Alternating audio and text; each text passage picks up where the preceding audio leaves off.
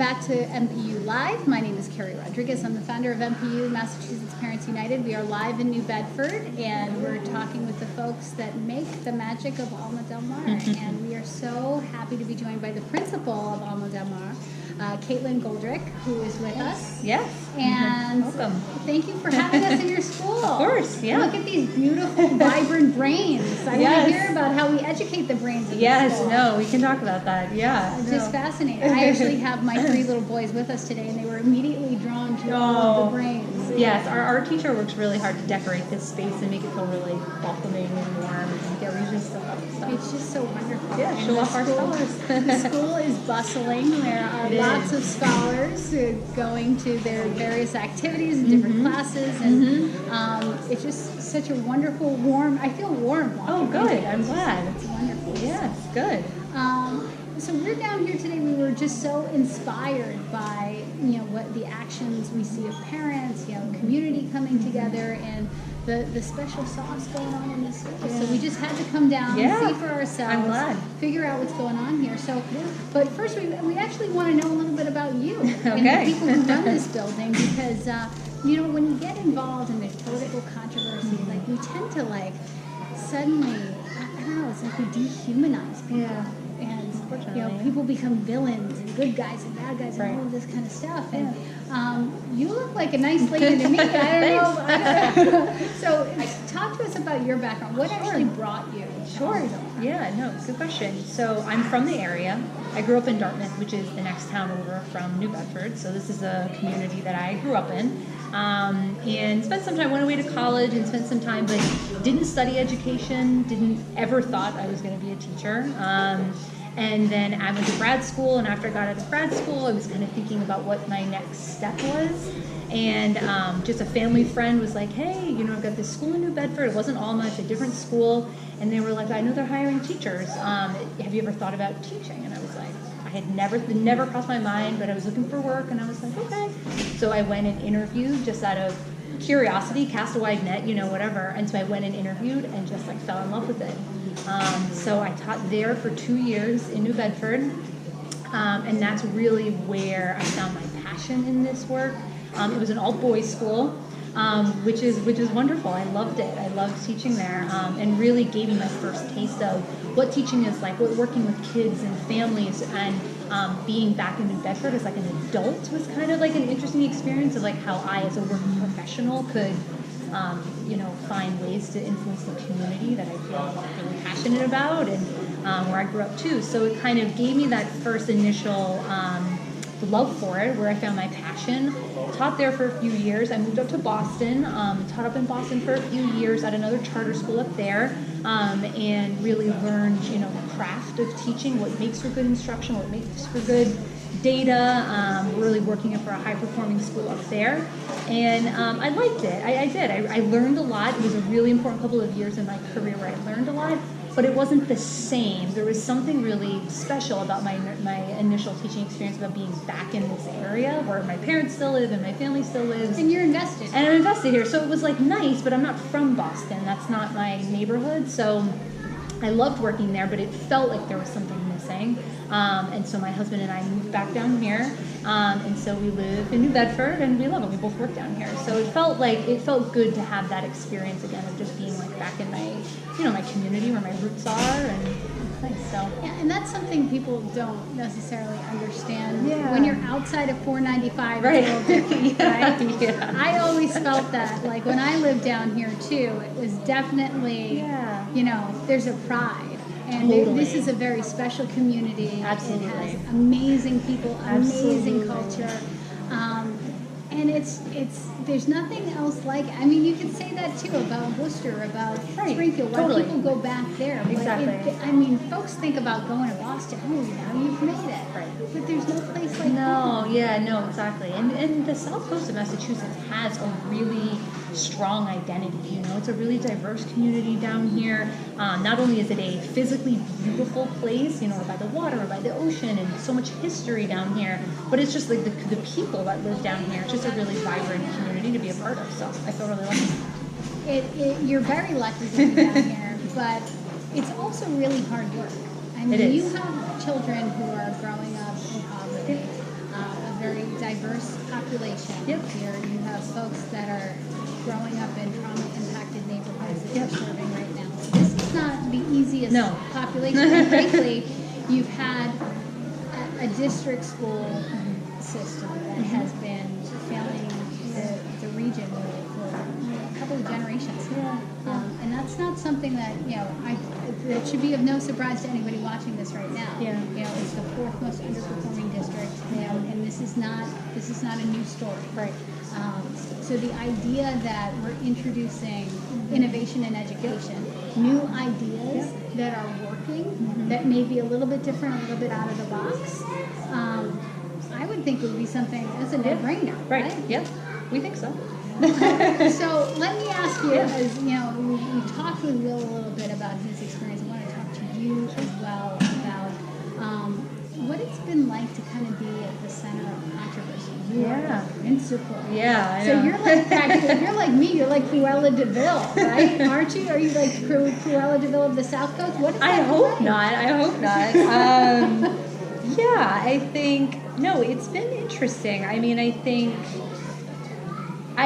Part of me is like, I don't know how anyone could see the work that we're doing here as like controversial. You know what I mean? It's like, we're not fancy. There's nothing fancy about what we're doing here. And there's nothing, like how could something that we're doing here be seen as something that's controversial? We love our kids and our families, and we are creative and innovative about what we think makes for good instruction in our classrooms, and we push and challenge our teachers to get better every day, and we put good reading in front of our kids and good math work and interesting science projects. And so there's nothing about what we're doing here that's either overly complicated or fancy. We don't have high tech in this building. Like our classrooms, you go into our classrooms, you'll see document cameras and projectors. We don't have smart boards, and we're not a one-to-one school. All of our kids don't have computers, so there's nothing over the top that's really different. But I think it's our ability to like look outside and be like, what is a new thing we can try? What are other people doing in this field that's working? Let's look towards some of our peers in Western Mass or Boston or New York City. Like, what are you guys doing to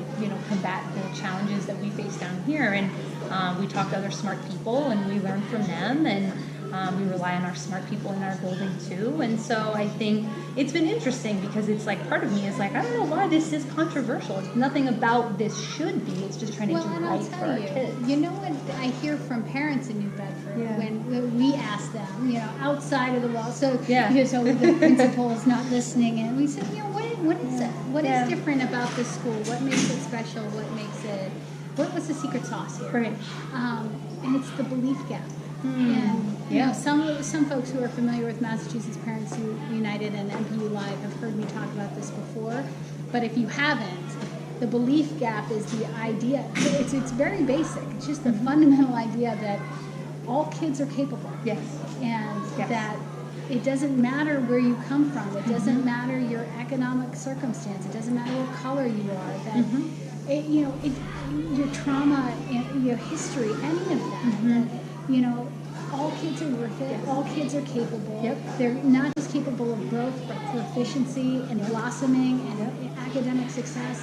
That these things are possible for every single kid. And that walking through the doors of this building, they say that is what's fundamentally different for families, is that you truly believe that it's possible for all of these kids. Yes, we do. We absolutely do. And I think that's what our teachers come to work every day believing that. We don't see anything about like our kids are New Bedford kids, so they're somehow different kids than that's kids the thing, and this is from what we're different talking areas. about, guys. Like, because there are some folks that will walk in and say, well, what do you expect? They're kids from New Bedford. Right. Like, what do you expect? They're kids from Fall River or from Brockton or from Springfield. You're only going to get so far. That is and that's a self-fulfilling prophecy. Exactly. So we certainly do not believe that here. We don't see our kids as any different than other kids in other areas, and so we have high expectations for them. We push them, we challenge them, we ask a lot of them. We have a long school day here, but it's because we know they can do it, and they do it, and they do very well, and they have fun, and they enjoy it, and I think we've seen our outcomes show that it doesn't matter. They're kids, and they deserve just as much as anybody else in our country, and certainly in this area. So Well, we're really excited to be here today with your parents. And Great. Our talk parents with are them. great. Yeah, they're fantastic. Yeah. And so we would also like to just hear directly from you how important is having, this parent movement that you're starting to build here. How important is that, and having them have your back and stand up? Like, what has that been like for you? It's. I mean, our parents are our biggest supporters, and we need our parents. We love our parents here, and I think knowing that our parents are on our side and knowing that they support the work that we do here and they feel positive, our parents are our number one fans and our number one constituents, right? With our kids, I think it's when our kids go home and hear messaging from their parents about the great work that they're doing in school and supporting the work that we're doing here, nothing is more important than that. And so our parents are just a huge part of the equation here, and so we really value them, and I'm excited that you get to meet them because they're great. And, not to tell stories on Kaitlin here, but Caitlin's about to become I am. Yes, 16 weeks. So I love, mamas talking to mamas. We bond over here. That's how MPU works. But has, I don't know, going through this stage and becoming a parent, like I watched the evolution of some folks, even educators, going from being just an educator, not just an educator, just an educator to then being a parent, how things completely change. Have you seen a little bit? I mean, you mean with myself? Yeah, just a personally saying like, yeah. oh my gosh, this is very real. Now I'm going to have a human being. No, it's totally funny you ask that because my husband's also in education, and so it's which is a blessing and a curse some days.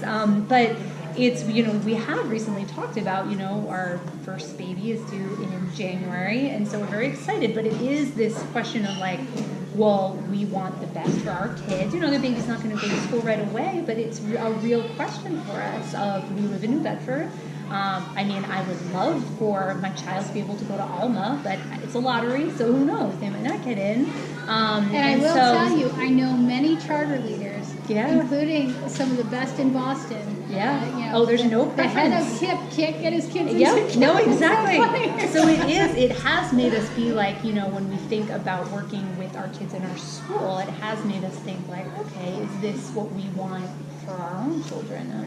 So it has been interesting. Yeah, I mean, I think it certainly has sparked some interesting conversations at home. For sure. It's fascinating, but I think that, as a parent, in seeing it through this lens, all of these decisions are so life and death for us because they have, it's just not, it's not one decision, and if you goof up, then you get another shot at it. There's no place to go back and get a refund on 4th grade if you don't get a good teacher. So some of these even very basic decisions that we make have such long-term implications for us.